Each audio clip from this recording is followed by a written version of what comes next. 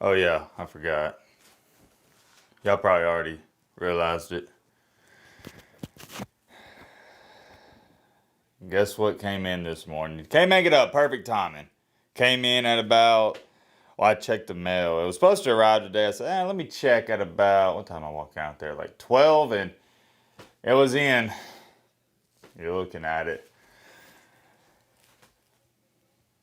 The Pavia jersey. Now, for those of you that are going, Matt, what in the crap are you doing, buddy? What's going on? I thought you was a Bama fan. I am.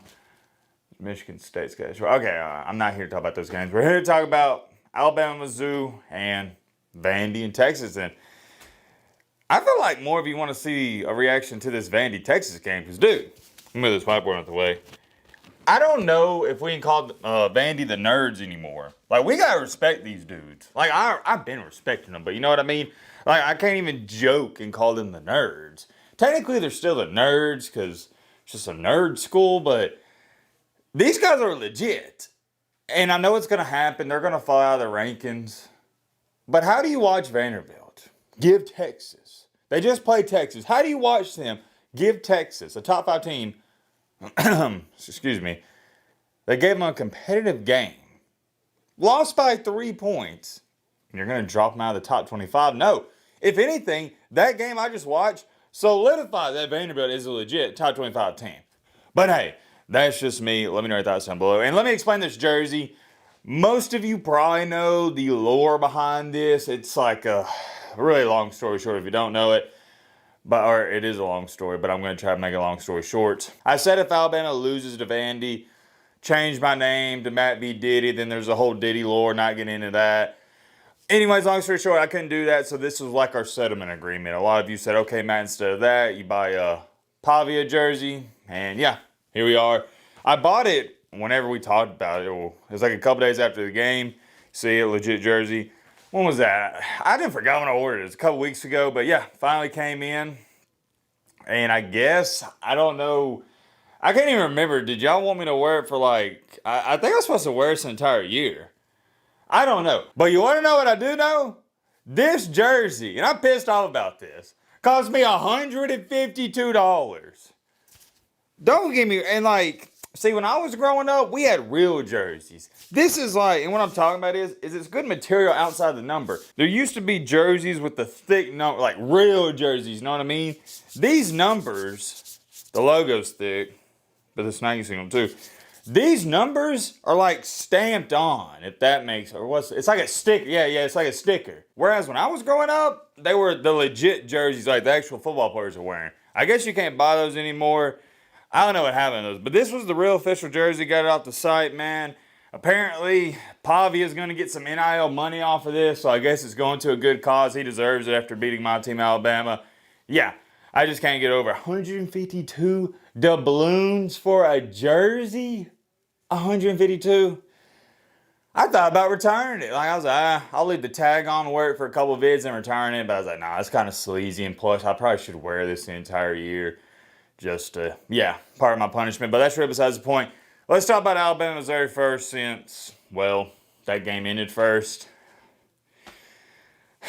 If you didn't watch the game, and I know a lot of people weren't tuning in because it was the battle of the mid. I stated last night, video posted Friday, not the preview, but last night, it was going to be the battle of the mid. You got two not very good teams going at it, and I expected it to be a not so very good game, and that's what it was. I mean, it was 3-0 for pretty much the entire first half. Alabama's just not very good, man. And I'm sorry if I lack energy in this video, but I feel like Squidward off of SpongeBob. Like, I'm sick and tired. And when I say sick and tired, I mean, I'm sick and tired of watching this team disappoint me. I get my hopes. Well, today they didn't disappoint me because my hopes are lower. But it seems like I drop my expectations every week, and somehow Alabama still doesn't live up to them, if that makes sense. I tell myself, well, maybe we'll get things going. And all throughout the week, you hear Bama players saying, oh, yeah, we're locked in and focused. We had the best week of practice. Then they go out there and do that. Now, hey, I'm going to clap it up to the defense. They did their thing. But, I have a big but. I hate to be negative Nancy, but it's just reality. I mean, we did it against the backup quarterback. Missouri's offense is trash. We've been through this. They were trash last week, trash this week. And they had their backup quarterback. Even when Brady Cook was in there to start the game, dude was playing at like 40% health. So I can't really take the defense shutting down Missouri as like a huge positive. I guess it's not a negative, but yeah, I mean, it's Missouri. Their offense was abysmal. There was no shot in the world Missouri even scores 20 points probably against anybody today or when the game ended tonight. Offense was bad. Let's talk about Alabama's offense. First half, you know what? Let's do this. I'm not even going to edit this out. We'll just leave it in. You already know your boy Matt's the best editor on the planet. And that's not erasing. Why is that not erasing? Need to get some wipes for the board. I've never cleaned this board in the history of its existence on the channel. So, yeah. It's like a translucent color. It's supposed to be white. I'm telling you, one good wet wipe or something across this, it'd be a whole different color. Well, let me just write this number down real quick.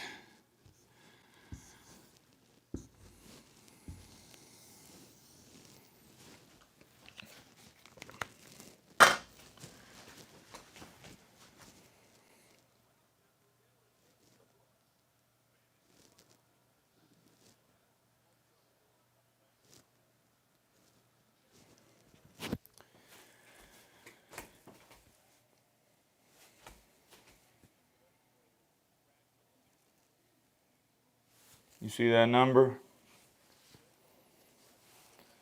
That's how many rushing yards we had in the first half. 55 against Missouri. 55 rushing yards. 55. I wish we could. I actually said in the video last night, I know it's a crazy idea. Y'all may call me a psychopath, but I just wish we would run the ball just a little bit more. I know it's a crazy idea. Why would you run the ball when you have this huge offensive line and two of the best running backs in the nation? Crazy idea, right? I know. But maybe one day we'll do that. That's my Christmas wish this year from old Santa Claus, old Saint Nick. And I ain't talking about Nick Saban. 55 rushing yards in the first half. Now I know some of my Bama fans may be saying, well, Matt, in the second half they had 230, in which they did. But yeah, it's just like, why can't we do that in the first half? Why do we got to wait till the second half? In the SEC play, I only play Missouri because they're pretty bad right now. You can't get away with playing a terrible half of football, in which we did against Missouri, on the offense side of the ball in the first half. What did we wind up having at halftime? Was it 6 or 13? I can't remember. I was so caught up in that Texas game at the end. The point is, we was just not good on offense in the first half. Milroe, I'm still like, I know I sound like a negative Nancy, but there's just not a lot of positive to take away from this game outside of the fact we won. Okay, that's really it. And I'm a glass half full type of person, but also I keep it real. And I remember like it was yesterday when Alabama beat Western Kentucky 63-0, and I was critiquing them, and everybody's saying, Matt's tripping, man. Why is he critiquing them? They won 63-0. It's not the score, it's how we played. We had like 13 penalties in that game against Western Kentucky, and I told you I was going to come back to bite us in the butt. But Matt can't be happy. Matt can't celebrate a win. What happened against Tennessee? We had 13 penalties, not in the entire game, but in the in the entire first half. So I told y'all, man, it's the little things. When you got these, it wasn't a cupcake, but when you got these easy dubskis, as I would call them, against like Mizzou and Western Kentucky, these are the games. It's like a get-right game. You got to get right. Offense, defense, special teams, everything. Defense, hey, got right, but, you know, Missouri, not very good on offense. But, hey, if you want to take a positive out of that, I'm cool with it. I'll do that too. But the offense, still struggling. Jalen Milroe probably missed 6 to 7 easy passes again today. He's just, you know, I'm starting to come to the executive. I said this last week. I'm going to say it again. The executive conclusion. He's reached his peak. He reached his pinnacle of his career, and he's not going to get any better. And when you reach your peak, the downside of that is, that's good potential-wise. You got to the top of your potential, but it's only down from there. Can't get any higher if you reach your peak.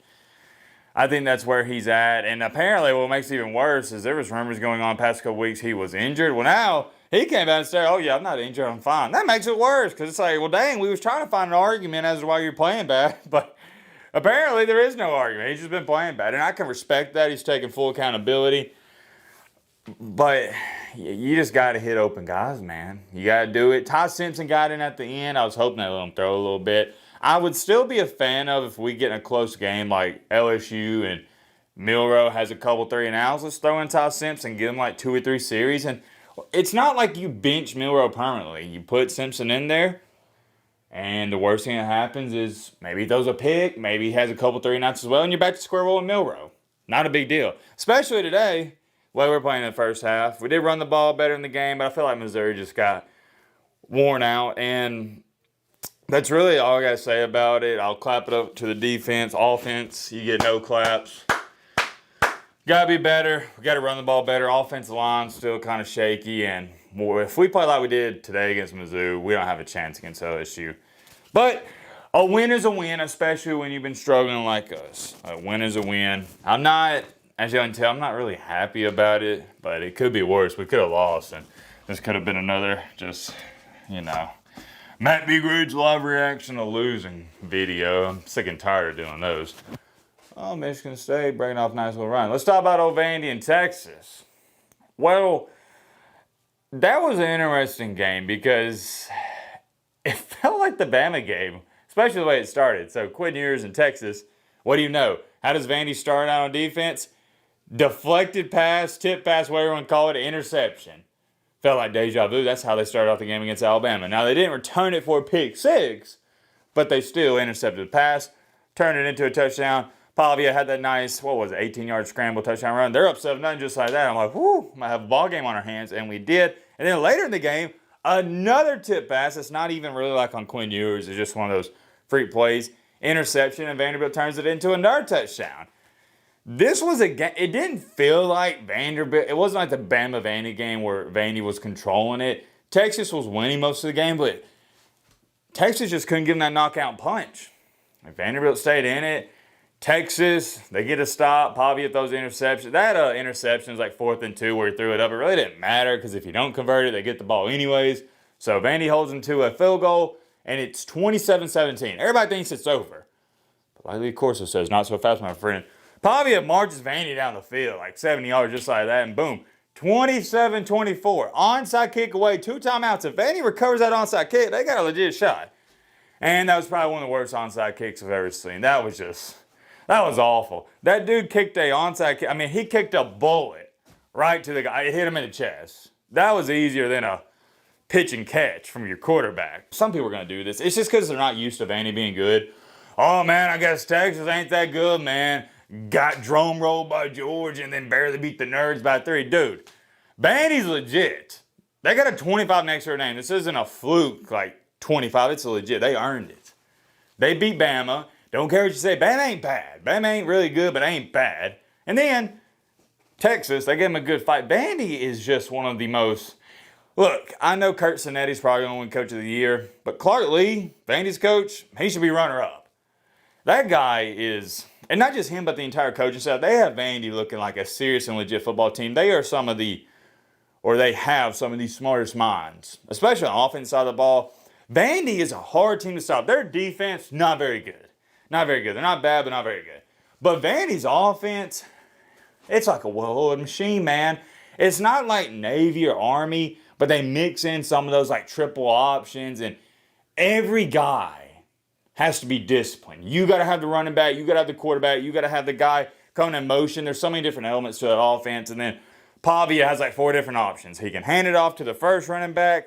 He's reading the lineman. He can pull it. Then once he pulls it, he can pitch it to another running back. Then he can throw it. Gosh, that is a hard offense to stop. And if you can't sit back and realize that and watch it and understand it, you just don't know what you're talking about. You don't know what you're saying. Vandy is legit. I thought Texas defense, they look pretty good. I think Texas, their defense is better than they were. I'd say, do I give them that? Yeah, I'd say their defense is better than they were last year. I love this Texas defense. I know They're not as ferocious as I probably thought they were before the Georgia game, but I still think they got a top 15 defense. Hey, Bama gave up a 40-burger to Vandy. You only gave up 24, and that also, you got to take into account that Quinn Ewers gifted them great field position not once, but twice. I'm not going to write this down, but Texas had 392 total yards of offense. Vanderbilt only had 269. Vandy on third downs, not good, 3 for 12. Against Bama, I remember they were 12 for 18. Texas on third down, look at this, 9 for 15. I don't think there's too much more to say, and I want to get back to watching these games. We got LSU, A&M going on, Kentucky, Auburn. Shake out in Michigan State. Good one for Texas. Good bounce back win. And it looks like they control their own destiny. I think now they got like an 81% chance to get into a playoff. And Bama has better than a coin flip. They have 51% chance to get into a playoff. But I don't really care about that whole percentage thing because just win out and you're in. Bama's probably going to need some help, but we'll cross that bridge when we get there. Let me know your thoughts down below. But